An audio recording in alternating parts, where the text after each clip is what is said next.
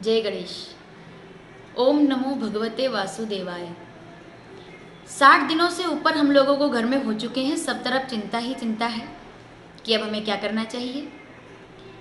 अब तक हमारे बस में क्या रहा जो हम आगे की सोच सकते हैं। जिन लोगों ने वर्षों की योजनाएं बनाई होंगी, आने वाले दिन का भी आज हमको पता नहीं है। ऐसे समय में अब सवाल उठता है कि अब क्या होगा। लेकिन हम तो बचपन से सुनते आए हैं कि अब जो भी होगा अच्छा होगा, क्योंकि हरी इच्छा बलवान।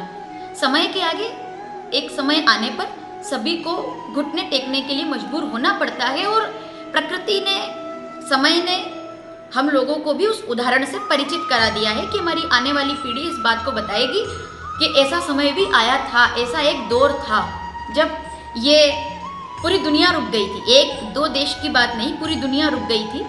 हम इसे परिस्थिति समझे, प्रतिकूल या अनुकूल समय समझ करके भगवत चिंतन का अवसर समझे। दौड़ते हुए लोगों को थम जाने का, रुक जाने का एक मौका मिला।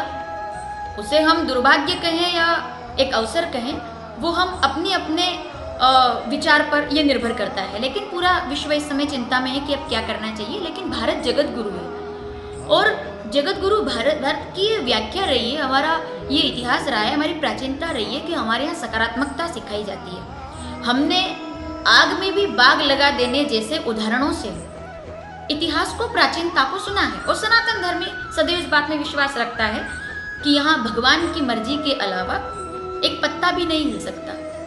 तो अपने आने वाले जीवन को उनके चरणों में हमने समर्पित कर दिया कि अब जो होगा वो सब भगवान के हाथों में, क्योंकि मारने वाला भी भगवान है और बचाने वाला भी आखिर तो परमात्मा ही है। अब वो किस रूप में आते हैं, उन्हें हम कैसे पहचाने, ये हमारी सात्विक बुद्धि पर निर्भर करता है। जैसे कि एक बहुत छोटी सी कहानी है, मैं बहुत जल्दी में इसको आपको सुना दूं, क्योंकि बहुत दिनों से चर्चा नहीं हो पाई।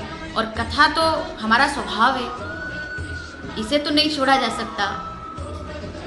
बोलना स्वभाव है, भगवत भजन करना हमारा स्वभाव है। तो ये जरूरी है कि हम इस पर थोड़ी चर्चा करें ताकि चिंतन चलता रहे, क्योंकि विश्व की किसी भी समस्या का समाधान चिंता से नहीं किया जा सकता। लेकिन कन्हैया जी ने गीता में कहा है कि दुनिया की हर समस्या का समाधान केवल चिंतन से किया जा सकता है। आइए श्रीमद् भगवद गीता के प्रारंभ में हम एक छोटी सी कहानी के साथ, दृष्टांत के साथ में आज आपके साथ प्रारंभ करना चाहती हूँ। जैसे एक गाँव में जब बाढ़ आ गई अचानक से, तो सब लोग भाग करके बाहर जाने लगे कि अब क्या होगा। अब तो सब कोई नदी में डूब करके, कोई पार होकर के, कोई तैर करके जाने लगा। और एक भगवत भक्त ने मंदिर के अंदर एक खंबे को पकड़ करके और कह दिया कि मैं नहीं जाऊंगा, मुझे बचाने भगवान आएंगे। सब लोगों ने कहा कि तू डूब जाएगा, जल्दी आजा वापस वरना डूब जाएगा। तो उसने कहा कि नहीं, मुझे भगवान पर भरोसा है, भगवान मुझे बचाने के लिए आएंगे।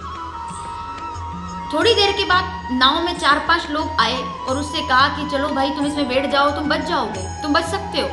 उसने कहा नहीं, मुझे भगवान पर भरोसा है, मुझे भगवान बचाने के लिए आएंगे। वो लोग चले गए। जब बाढ़ ज्यादा बढ़ गई तो वो मंदिर के ऊपर चढ़ गया। लोगों ने आवाज लगाई, हेलीकॉप्टर आया। प्रशासन ने व्यवस्था की कि इसे बचाया जाए, पर उसने हेलीकॉप्टर से मना कर दिया कि मैं नहीं यहाँ से जाने वाला, मुझे भगवान ही बचाने आएंगे, भगवान ही मेरा अपना और वही मुझे बचाएगा। आखिर में वो व्यक्ति डूब गया। बिनु विश्वास भगति नहीं, तेन्द्र वै न राम। हमने रामचरितमानस में इस दोहे को सुना है, उत्तरकांड 90 दोहा। लेकिन जब वो मरने के बाद भगवान के समक्ष जाकर के उनसे शिकायत करता है कि भगवान, मैंने आप पर इतना विश्वास किया, आप मुझे बचाने नहीं आए, मैंने इतना आप पर यकीन किया कि आप आएंगे, आप आए नहीं। तो भगवान कहते हैं कि मैं आया पर तूने मुझे पहचाना नहीं। जब तू डूब रहा था तब एक नाव तेरे पास आई थी कि इसमें बैठ जाओ तुम बच जाओगे। भक्त ने कहा बिल्कुल आई थी, तुम क्यों नहीं बैठे? मैंने कहा भगवान बचाने आएंगे। भगवान कहते हैं वो नाव चलाने वाला मैं ही तो था। जब हेलीकॉप्टर से तुम्हें लेने के लिए आए तब भी तुमने मना कर दिया। क्या हेलीकॉप्टर नहीं आया था? उसने कहा बिल्कुल आया था। वो हेलीकॉप्टर भी वो कहाँ से आया? वो हेलीकॉप्टर लाने वाला भी तो, वो भेजने वाली, प्रेरणा देने वाला भी तो मैं ही था। जब जब भी संकट आता है तब तब मैं, जब जब भी मेरा भक्त संकट में आता है, ये था माम प्रत्यंते तास्ते वजा में हम, जब कोई मेरी शरण में आता है तो मैं उसकी शरणागति को स्वीकार करता हूँ। श्रीमद् भगवद गीता 4 अध्याय 11वां श्लोक इस बात का प्रमाण है कि भक्त के लिए भगवान सदैव तत्पर रहते हैं। लेकिन उस भगवान के स्वरूप को पहचानना हमारा सबसे पहला धर्म होता है। आज कोरोना काल में अगर हम भगवान को देखने की बात करें तो हमने भी भगवान देखा है इस देश के डॉक्टर्स के रूप में, प्रशासन के रूप में, समाज सेवियों के रूप में, जिन्होंने हमको समय पर भोजन दिया, जिन लोगों ने समय पर इलाज किया, जिन लोगों ने, सामाजिक संस्थाओं ने हमारा सहयोग किया। निश्चित रूप से वो सभी लोग भगवान की प्रेरणा से ही तो हमारी रक्षा करने के लिए इस समय में कोरोना से लड़ रहे हैं हमारे साथ। तो आज से हम चिंता से चिंतन की ओर इस यात्रा को प्रारंभ कर रहे हैं। आप सभी से निवेदन रहेगा कि आप भी इस यात्रा में मेरे साथ सम्मिलित हो। रोज गीता के श्लोक के साथ हम इस यात्रा का प्रारंभ कर रहे हैं और इस चिंता से चिंतन की यात्रा में आप सभी सम्मिलित हो और भगवत भजन के साथ इस कोरोना काल से लड़कर के घर रहेंगे, निडर रहेंगे, इस भाव के साथ आइए आज से धर्म के इस अद्भुत प्रवाह का श्रीमद् भगवद गीता, जिसमें भगवान के द्वारा 574 श्लोक गाए गए, अर्जुन के द्वारा 85 श्लोक, संजय के द्वारा 40, और ध्यान देने वाली बात, अन्य राजा महाराज धृतराष्ट्र के द्वारा 1 श्लोक कहा गया। धर्म क्षेत्रे कुरुक्षेत्रे समवेता युयुत्सव मामकः पांडवाश्चैव किम कुर्वत संजय। इस श्लोक का प्रारंभ हम सभी लोग ऐसे कर रहे हैं। इस पर हम चिंतन करेंगे।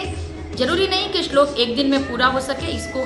इसकी व्याख्या, मुझ में इतना ज्ञान नहीं, इतनी बुद्धि नहीं कि मैं गीता की व्याख्या कर सकूं, लेकिन प्रयास ये रहेगा कि हम श्रीमद् भगवद गीता के सम्यक ज्ञान के साथ, जो कि कलयुग का आधार है, उस ज्ञान के साथ हम आने वाले दिनों का सकारात्मकता के साथ सामना करेंगे और आप सभी कोरोना काल के समय भगवत चिंतन के साथ इस यात्रा में जुड़ करके और एक बहुत अच्छा समय हम लोग सत्संग का, चिंतन का यहाँ से जो अवसर में मिला है उसका सदुपयोग करेंगे।